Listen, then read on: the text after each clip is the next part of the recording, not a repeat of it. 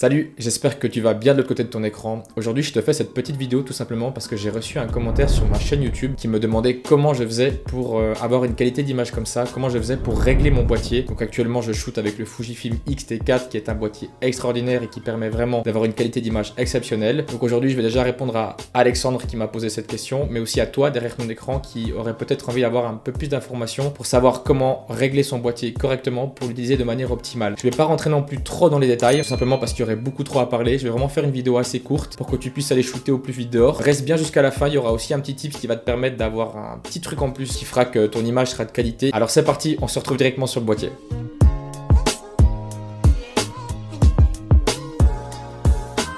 Alors voilà, nous voici sur la première page de l'interface du Fujifilm X-T4. Donc comme je l'ai dit tout à l'heure, je vais vraiment faire un tuto assez court, tout simplement parce que j'ai pas envie de rentrer trop dans les détails, parce que sinon ça va être hyper compliqué. Je pars du point de vue dans cette vidéo que tu connais déjà tout ce qui est la base de la vidéo, donc triangle d'exposition, etc. Donc c'est pas des sujets que je vais aborder. Je vais vraiment vous expliquer quels sont mes réglages que je mets dans mon boîtier pour vraiment en tirer un maximum en termes de qualité. Voilà. Donc moi déjà de base, il faut savoir que je shoot quasiment tout le temps en log, sauf en situation vraiment de basse lumière intense. Mais vraiment sinon le reste du temps, je suis quasiment tout le temps en log. Ce qui va me permettre vraiment de pouvoir tirer le maximum de mon boîtier et de la plage dynamique de mon capteur. Donc il faut savoir qu'avec le Fujifilm X-T4 en log, on monte à quasiment 14 stops, ce qui fait qu'on va vraiment pouvoir sauvegarder un maximum d'informations dans les basses et dans les hautes lumières. Donc toujours shooter en log lorsque vous avez envie d'obtenir vraiment cette qualité cinématique de par cette garde d'informations dans les basses et dans les hautes lumières qui est très intéressant quand on fait de la vidéo cinématique ou de la vidéo en général. Une autre chose qui est aussi hyper importante, c'est au niveau des ISO. Il faut savoir que le Fujifilm X-T4 a un double ISO natif, ce qui fait que lorsque l'on reste dans ces ISO là, il va vraiment y avoir une transmission de signal qui est de base bien nettoyée, bien éclairée, et ce qui va faire en sorte que vous ayez une image propre, sans trop de grains, de bruit dans l'image. Et ça va vraiment faire la différence, notamment dans les tons moyens. Ça va éviter d'avoir ces sortes de petits grains dégueulasses qu'on n'aime pas, qu'on peut éventuellement rajouter, mais qu'on ne peut pas enlever en post-production. Ça, c'est hyper important. Il faut savoir que le log en général, mais le F-log en tout cas, de chez Fujifilm, il faut l'exposer contre la droite. En général, moi, mon log, je ne l'expose jamais à 0. Tout simplement parce que ça va me permettre vraiment de garder justement ce côté dans les basses lumières, que je peux vraiment sauvegarder toutes les données.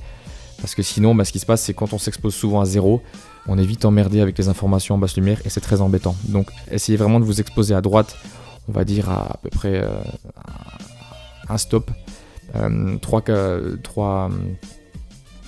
quarts de stop ou un stop. Et ça va vraiment vous... environ, c'est vraiment environ, mais mettez-vous à un stop si c'est par exemple dans un paysage. Et on va dire en 3 quarts de stop, un stop quand c'est par exemple un sujet que vous filmez. Et en général, ça ira assez bien par rapport à ça. Toujours filmer aussi en intra-image. Si vous ne faites pas du slow motion, vous vous mettez en intra-image. 400 mégabits par seconde, c'est vraiment le plus haut qu'on puisse avoir, c'est la vitesse d'écriture. Il faut aussi les cartes SD qui suivent. En général, on met du V60 ou du V90 quand on filme dans ces cadences-là. Et c'est vraiment quelque chose qui va faire en sorte que vous puissiez garder un maximum de qualité. Dans ces 400 mégabits par seconde, il faut essayer de garder ses FPS ou IPS, enfin frame per second, images par seconde, le plus bas possible. Pourquoi ?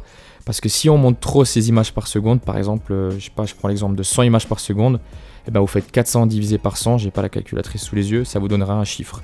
Okay ? Plus ce chiffre est haut, plus ça voudra dire que votre vitesse d'écriture est rapide. Donc ça voudrait que chaque image, par exemple sur 25 images par seconde, chaque image dans ces 25 images par seconde aura un poids en fait. Et par exemple si on prend le cas de 25 images par seconde, on fait 400 divisé par 25, ça fait 16 mégabits. Ça veut dire que chaque image aura 16 mégabits, ce qui est pas mal et qui vous permettra vraiment d'avoir une très bonne qualité d'image pour la suite. C'est vraiment hyper important. Bien sûr, si on veut faire du slow motion, on n'a pas le choix, on est obligé d'augmenter. On essaye de respecter sa règle des 180 degrés. Donc le double, par exemple, si on est à 25 images par seconde, on filme à 1/50e. Si on filme à 50 images seconde, on filme à 1/100e, etc., etc. Donc ça, très important à avoir.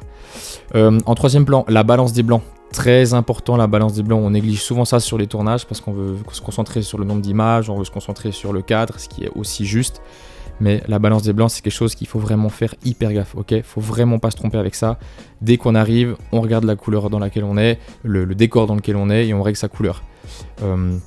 Typiquement, bah voilà, si vous êtes en extérieur et qu'il y a un peu de soleil, il y a une règle qui existe souvent, c'est que dehors on shoot à 5500, 5600 Kelvin à peu près. Il n'y a pas vraiment un chiffre exact, mais il faut rester dans ces zones-là. Et quand vous êtes en intérieur, bah, si vous ne savez pas, vous mettez en automatique et ensuite vous utilisez le bouton que je vais vous mettre juste là, qui est un bouton magique qu'on peut programmer sur le Fujifilm X-T4, qui est un bouton en fait de verrouillage de la balance des blancs. Donc c'est-à-dire que ce bouton, je vais vous montrer comment le programmer. On va dans les menus et ensuite on peut l'attribuer au bouton qu'on veut. Et en fait, dès le moment où on l'attribue à un bouton dans lequel on se sent hyper à l'aise, on le met. Et en fait, dès le moment où on va arriver sur sa scène, dans son cadre ou quand on arrive pour shooter, on va en fait viser l'endroit ou le sujet qu'on a envie de filmer.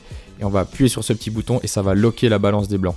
Toujours une balance de blanc manuelle pour éviter d'avoir des fluctuations pendant le tournage, parce que ça fait vraiment quelque chose d'amateur, puis c'est pas très agréable. Voilà.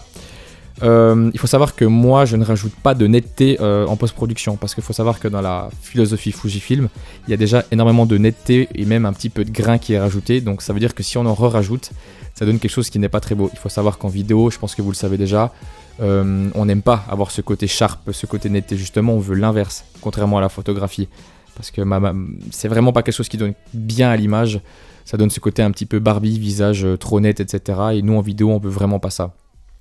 C'est pour ça qu'on a du motion blur, du flou de mouvement d'ailleurs, et qu'on garde cette cadence du double, par exemple si c'est de 25 images par seconde, qu'on filme à un 50e pour garder du flou. C'est ce qu'on veut absolument dans l'image, c'est hyper important. Voilà, donc par rapport à tout ça. En termes de colorimétrie, de nouveau, je ne vais pas rentrer trop dans le détail, mais moi en fait j'applique tout simplement la lutte que Fujifilm met à disposition sur son site. Il faut savoir que Fujifilm met à disposition une lutte de correction colorimétrique qui va nous permettre de passer du F-Log à du Rec 709. Donc en général on va la télécharger sur le site, on arrive sur Premiere, DaVinci ou encore Final Cut, ça va partout, et puis on a juste à l'appliquer et faire des petites corrections, et en général on arrive directement sur un Rec 709 qui est assez bien équilibré. Donc n'hésitez pas à aller voir sur le site, vraiment ça peut sauver des vies quand on n'est pas encore à l'aise avec le F-Log, et au début ça peut vachement rassurer. Voilà. Ensuite, tout ce qui est créatif, etc., bah ça je le fais moi-même, hein. Il y a plein de luttes créatives qui existent.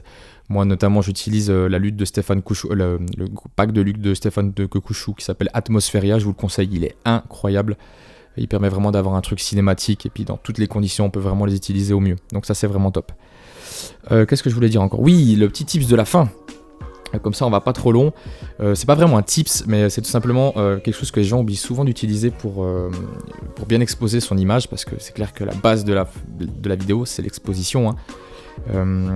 En fait ce qui va se passer, c'est que dans votre boîtier vous avez un endroit, un réglage qui s'appelle activation des zébras, et les zébras en fait ça va être une sorte d'alerte de surexposition qui va vous permettre en live de voir sur votre écran du Fujifilm quand vous êtes surexposé ou pas. Alors ce qu'il faut savoir, c'est que comme je l'ai dit tout à l'heure, en général en log, en F-log, on essaie de s'exposer à droite. Donc on n'est pas surexposé, on n'est pas surexposé, ça se dit pas, on est exposé contre la droite par rapport à notre histogramme. Donc en fait, ce qui va se passer, c'est que moi, ces zébras, je les règle à 70%, il y a un pourcentage qu'on peut régler, et en fait 70%, ça va correspondre à la teinte de peau. C'est-à-dire que lorsque l'on va viser notre sujet et puis qu'on va essayer de s'exposer correctement, le but c'est de faire apparaître légèrement des zébras qui sont réglés à 70%, on va les faire apparaître légèrement en réglant ses ISO, etc. pour bien s'exposer. Dès le moment où on a un petit peu de zébras qui apparaissent sur le visage, c'est qu'en général on est bien exposé par rapport à notre sujet, et ça c'est vraiment quelque chose qui est chouette, parce que ça nous permet d'avoir un rendu live, on va dire plus ou moins, de savoir qu'on est vraiment juste par rapport à notre exposition du sujet. Je rappelle que ce qu'on expose tout le temps, c'est le sujet qui est concerné. Si c'est un paysage, on expose le paysage. Si c'est le sujet, on expose le sujet. Bien évidemment, sinon ça va pas matcher. Ok ? Donc ça c'est vraiment une sorte de petit tips. Réglez votre zébra à 70%. Et dans cette zone-là, vous verrez que vous serez toujours quasiment correctement exposé si vous faites un petit peu apparaître les zébras sur votre sujet. Et ça c'est vraiment top. Donc n'hésitez pas à faire ça. Bien évidemment, en basse lumière quand on filme, si vous n'êtes pas à l'aise avec le log, utilisez tout simplement un profil neutre ou standard. Ça va vous éviter un maximum de bruit dans l'image, parce que c'est vrai qu'en basse lumière, le log ça fait tout de suite un peu peur. Donc si vous avez vraiment peur, passez sur du neutre et vous vous embêtez pas avec ça. Enlevez un petit peu de netteté, parce que comme je l'ai dit chez Fujifilm, c'est très embêtant d'avoir ce côté net tout de suite. Donc mettez-vous à -2, voire -3, même -4, selon le style d'image que vous voulez donner. Voilà, je pense que dans l'image, j'ai fait un petit peu le tour de mon gros déréglage qui permet de déjà sortir vraiment une image hyper quali de base du boîtier. Il faut savoir qu'avec le Fuji, on shoot en 42010 bits en interne, ce qui est déjà énorme. À 400 mégabits par seconde, c'est quelque chose de vraiment chouette. On n'a pas le droit aux excuses avec ces réglages-là. Voilà.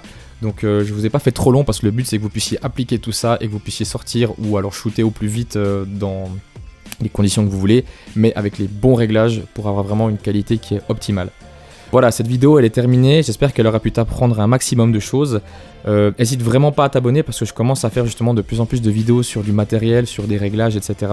Et c'est vrai que ça me donne vachement un soutien par rapport à ma chaîne et à ma motivation personnelle, parce que c'est vrai que quand les gens commentent et les gens te font des petits likes, ça fait toujours ce petit coup de pouce en plus et je trouve ça hyper cool de la part des internautes de pouvoir aider de ce côté-là à motiver de par juste un petit clic et autres.